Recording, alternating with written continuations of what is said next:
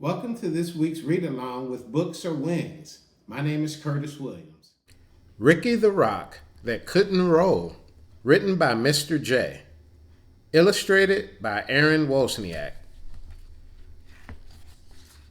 To my daughter Bria, the inspiration for everything I do, Mr. J. For my sunshine and my tiger, Aaron. Ricky the Rock That Couldn't Roll.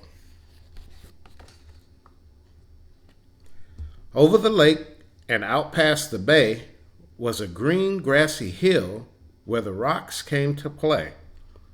They would race to the top to take in the view, then roll their way down the way rocks love to do. There were Kip, Pip, and Chester, and Marvin the Boulder. Ignatius played too, though he was much older. And a group called the Pebbles never ever sat still, zigzagging their way up and over the hill.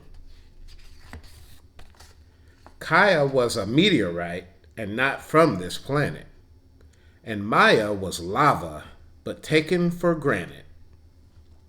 Stu was the smart one, Parker the clown, and grumpy old Ebert rolled round with a frown.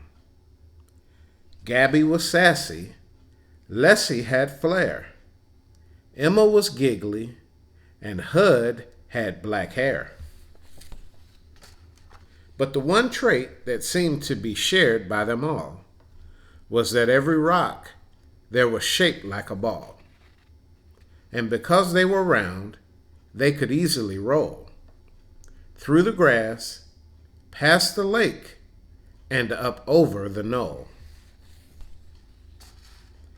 Except for poor Ricky, who quietly sat.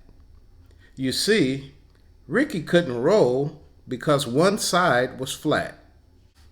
His friends didn't get it. "Come roll," they would chant. So Ricky tried, but replied, "I'm sorry, I can't."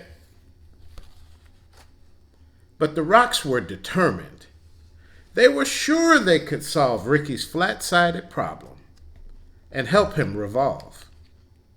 So Marvin the Boulder, with his impressive physique, carried Ricky all the way to the hill's grassy peak. Then he pushed him downhill, yelling, "Keep rolling, kid!" But Rick didn't roll. He just kind of slid. "This feels like a bad idea."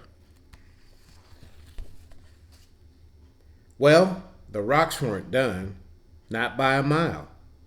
Surely this next try would get Rick to smile. They stuck rubber balls all over Rick, using big gobs of glue to get them to stick. They were proud of themselves. "This will work," they announced. But Rick still couldn't roll. Now he just sort of bounced. No good, no good, no good.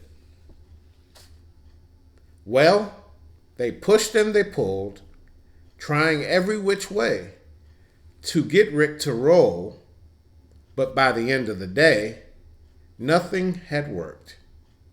Just like Rick expected. And he ended up feeling depressed and dejected. "It's no use," Rick sighed. "There just isn't a way. So I'll sit off to the side and watch you all play." But his friends wouldn't quit. "We're here for you, brother, and we'll get you to roll one way or another." So they pondered and thought, each straining his brain, till they looked up and saw it was starting to rain. And that's when it hit that smart stone named Stu. "Eureka!" he shouted. "I know just what to do." He explained to them how they would get Rick to tumble. "My plan is pure genius. Stu was not too humble. So they carried our hero down the road about a mile to the lake where they gathered up mud they could pile on the flat side of Rick, creating a mound that they shaped and smoothed and sculpted until it was round. Then after the rain, with the sun in the sky, they left him to bake till the mud was all dry. They gathered up vines and one colorful feather that they wrapped all round Rick to keep it together.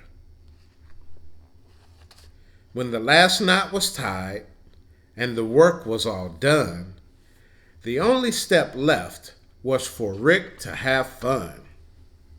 They stood back and watched, feeling nervous and tense, as Rick breathed in deep with increasing suspense. He moved slowly at first, testing out his new mold, and then, for the first time, Ricky the Rock rolled!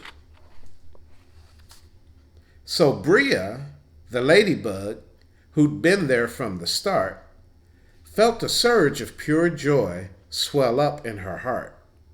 She thought as she watched her friends play on the hill that there's always a way if there's also a will. And she said to herself, as Ricky rolled down the slope, when you're surrounded by love, you always have hope. The end. Thank you for joining me for this week's Books Are Wings read-along. My name is Curtis Williams.